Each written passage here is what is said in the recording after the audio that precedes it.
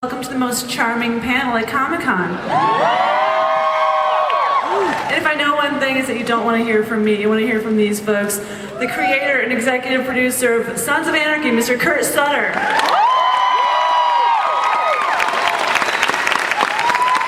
Jax, Mr. Charlie Hunnam.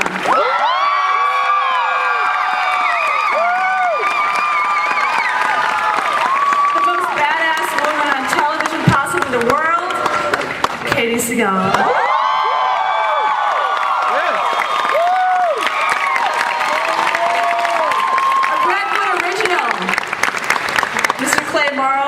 Ron Perlman.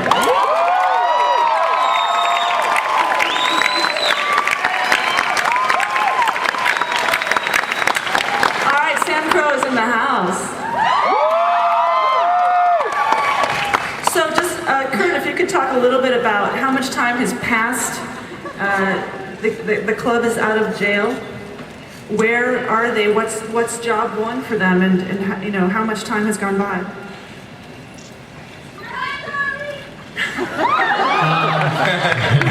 Thank you. It's, oh, Charlie. Oh. It's 14 months. They've done their time, the part of the deal they set up with Stahl, and now they're out. And obviously, that's the first 4 minutes of the prologue for season 4, and we see him get out. So Charlie and Ron, do you want to just talk about what the first order of business is for the club? Is it to solidify the club itself, get it on a sound financial footing, get the business going again? What's going on?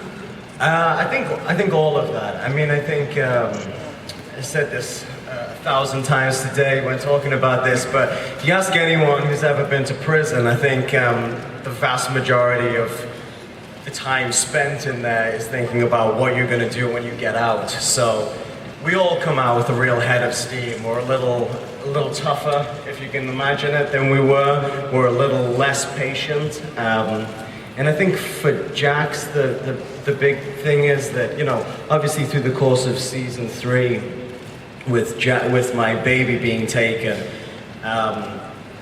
you know, the vast majority of the time span of season 3 was just spent in pursuit of getting Abel back, getting him home safe.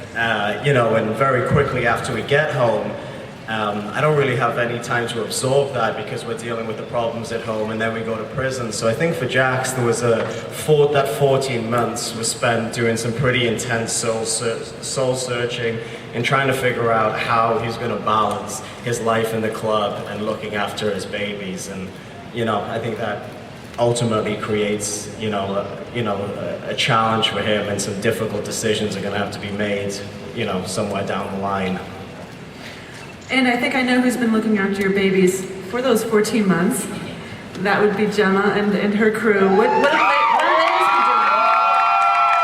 have the ladies been up to? They've been holding down the home front, right? Yeah, well, Gemma was on house arrest for a good 6-7 months, so she was home shopping, I'm sure. Couldn't leave the house. And, a lot of eBay. Yeah, house is full. There's been some income coming in, but yeah, I think at the beginning of season 4, you see a very happy Gemma, that the babies are at home, the guys are coming home, things are a little more lucrative. There's some changes in charming she's not quite sure about, but basically it's a happy Gemma to begin with, and doesn't really last that long. So she doesn't shoot anyone in the first episode, is what you're saying? No. She's not shooting anybody right now. Well, no, not the first episode. So Kurt, can you talk a little bit about that? There is quite literally a new sheriff in town, right?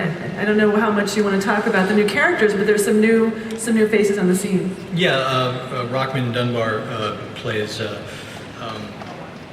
new sheriff, and Eli Roosevelt. And yeah, I mean, I think it's a different dynamic for the club, whom always have had the relationship with law enforcement, at least in their hometown.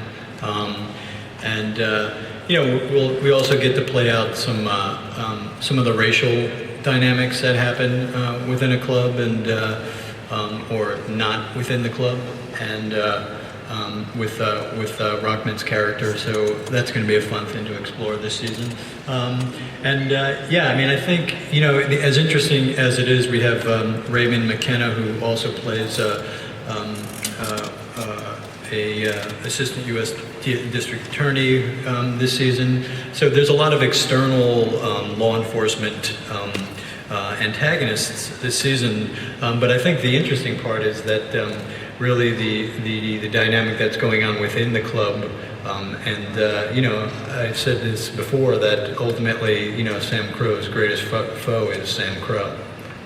Just as a side note, we want to get to some fan questions in just a couple minutes, so I hope folks are lining up over there. I can't quite see.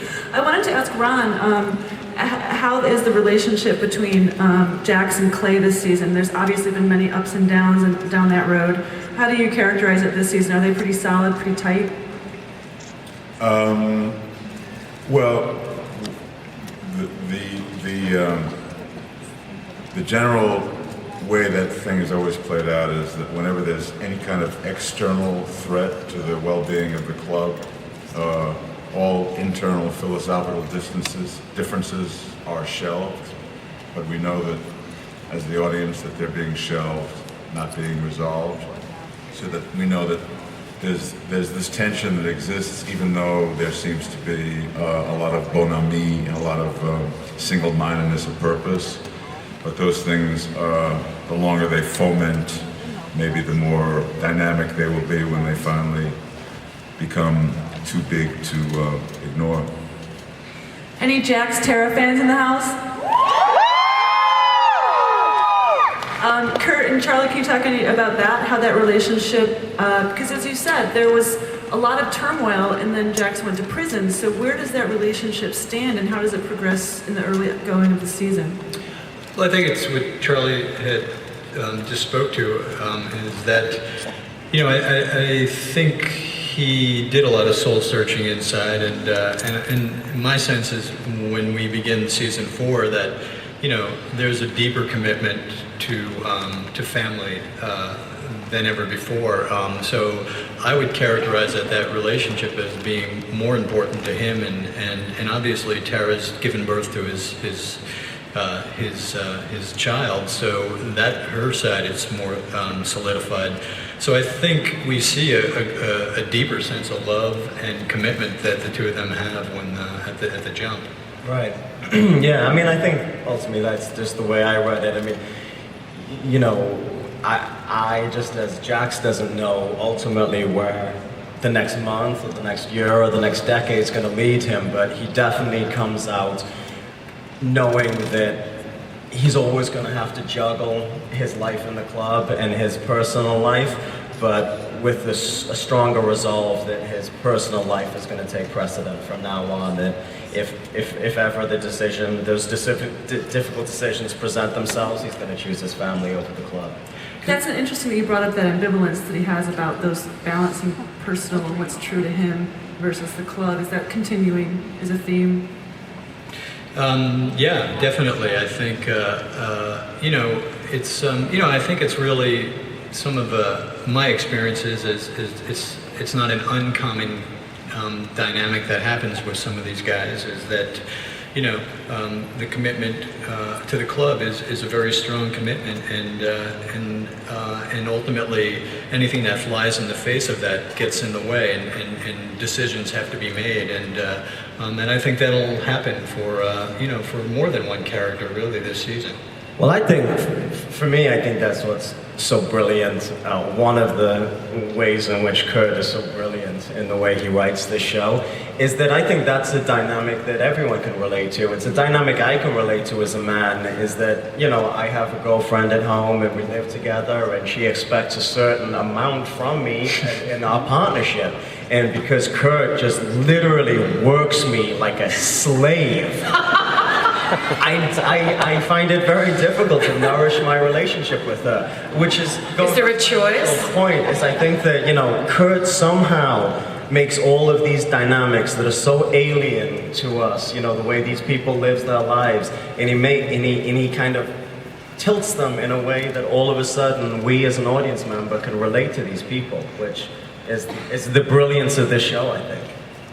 Well, I agree. I'm wondering, in the mind of Kurt Sutter, you've come up with so many amazing, twisted, awesome things. I'm going back to The Shield and Sons of Anarchy. What kind of craziness do you have planned? I mean, I know, just give us a little something, a little teaser.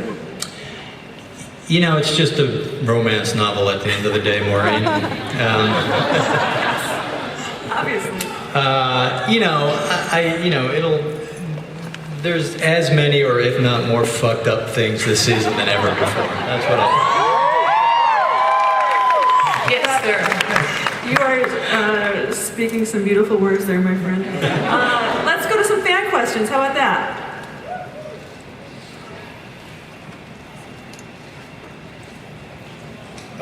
Hi guys, huge fan.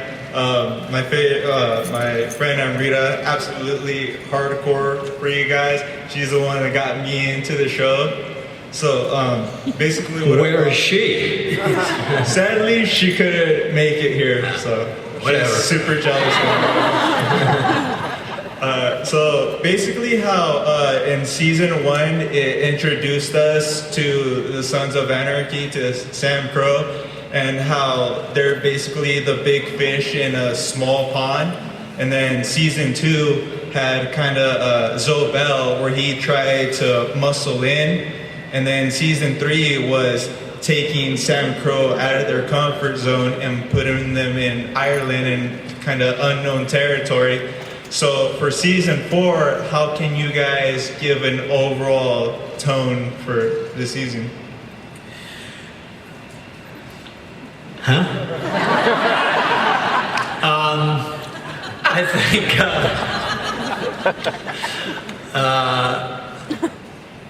I'm still on the big fish thing. No, I do. Right? Porn. That's what. No.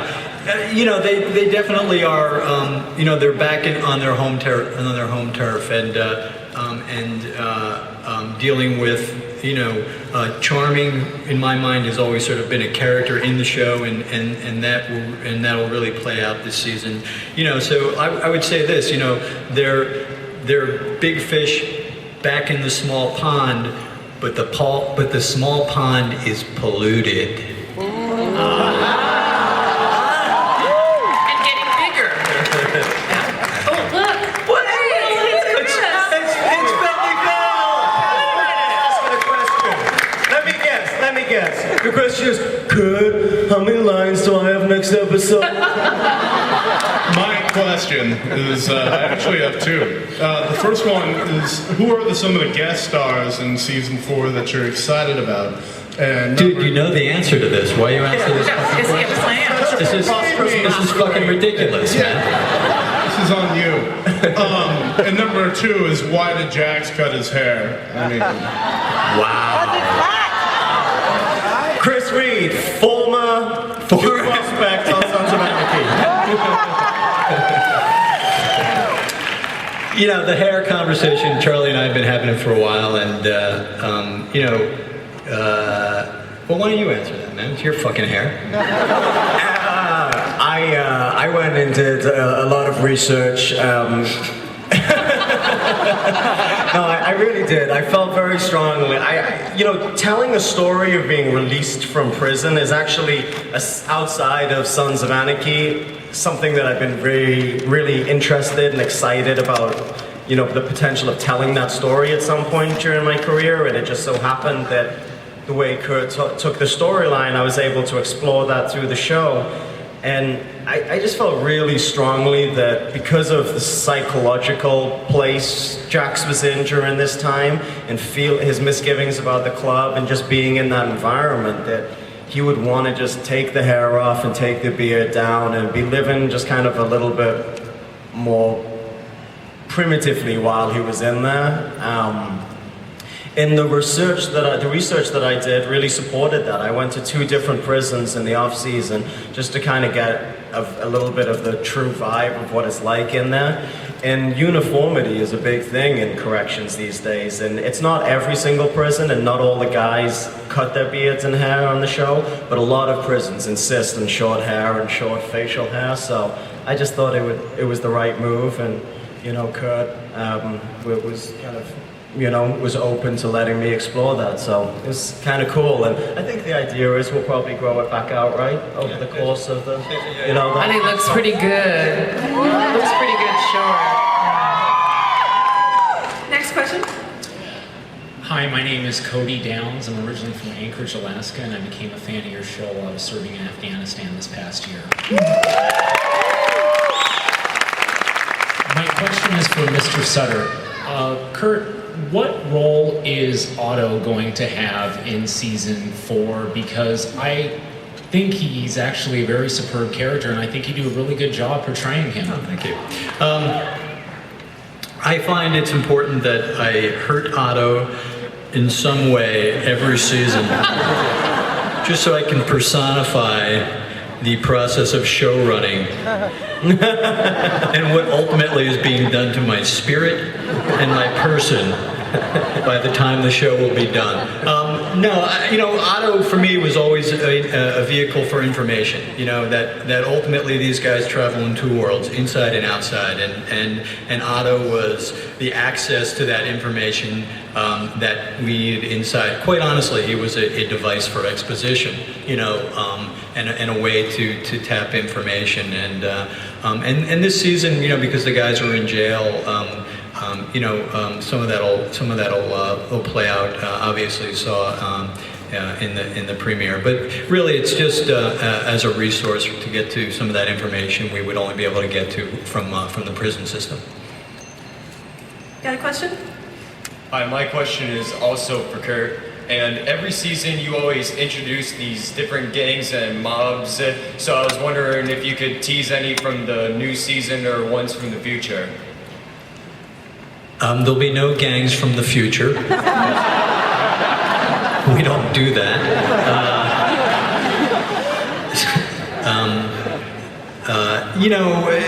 There's not going to be any new. Quite honestly, I don't want to tease too much, but there'll be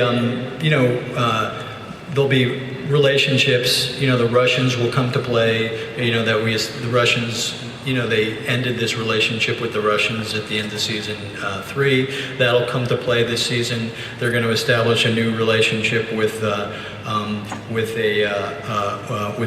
Mexican-based organized crime with an organized crime organization. An been a long day. crime organization. Yeah. They're just very efficient. I've only been here 4 hours and it's already too fucking long. But that's Danny Trejo's character. So that's all I had to get to. First of all, Charlie, you're really hot. Thank you. Katey, you're badass. Thank you. But my question is for Charlie. We see you do comedy in Judd Apatow's Undeclared, and I was just wondering, what do you prefer more, comedy or drama, and are we going to see more comedy from you? I definitely much prefer drama. I had a great relationship with Judd, and that show came at a great time in my life, and those group of guys, Jason Segel and Seth Rogen and Monstar and all those wonderful actors that we had on that show became a big part of my life at that time. But ultimately, it wasn't what I wanted to do or set out to do. My taste is much more dramatic as an audience member, so there's things I get drawn to are much more dramatic. But I actually had been doing so much heavy stuff recently that in this last hiatus between season 3 and season 4, I did a little film, a comedy called Frankie Go Boom with Mr. Ron Perlman. So, and we play lovers. And that's not a joke. But Ron's a woman, so it's not weird. In the movie, he's a woman who used to be a man. It all gets very weird. You should check it out. Okay, we gotta go. Hello. So I'm sorry I'm losing my voice, but I was going to tell Charlie how hot he was until he just mentioned him and Ron together. Come on, don't fake it. You know that's hot. I do want to tell Just because Ron thinks so too, that shouldn't take anything away from you. I do want to tell you guys, you have like awesome cast, and in some weird, warped way, this is my son and I's bonding time to watch your show. So this is my 15-year-old Michael, and we love you guys, but we have a question regarding Jax and Clay with the whole presidency of Sam Pro. Will we see any of that as far as Jax taking over soon, or? Not if I have anything to say about it. Which I don't.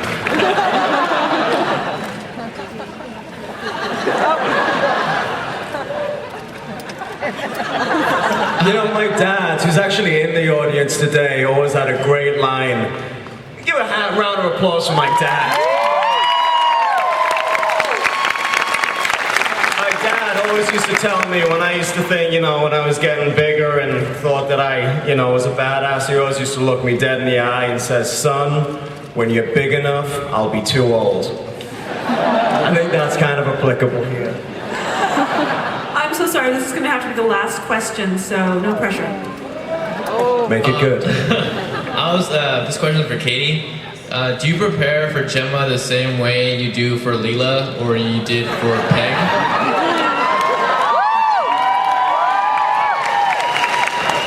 Well, Leela, I just kind of roll out of bed and show up.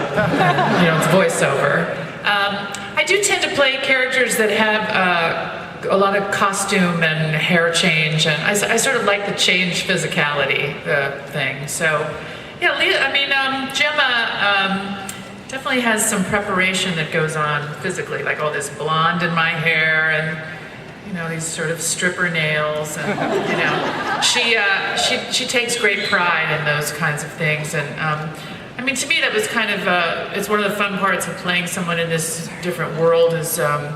You know, there's a lot of leather and cleavage, which is probably my husband's intention, was to see me in leather and cleavage. And so that's the physical preparation. There's stuff involved there. I think that's the answer to your question. And can I just say one thing before we sign off here? I just want to thank you guys. I mean, it's the one thing that we love coming to Comic-Con. And you know, and I obviously get it on Twitter and my blog, and I see you guys, but to see it sort of to see you guys here in person and this kind of turnout is just really fucking awesome. And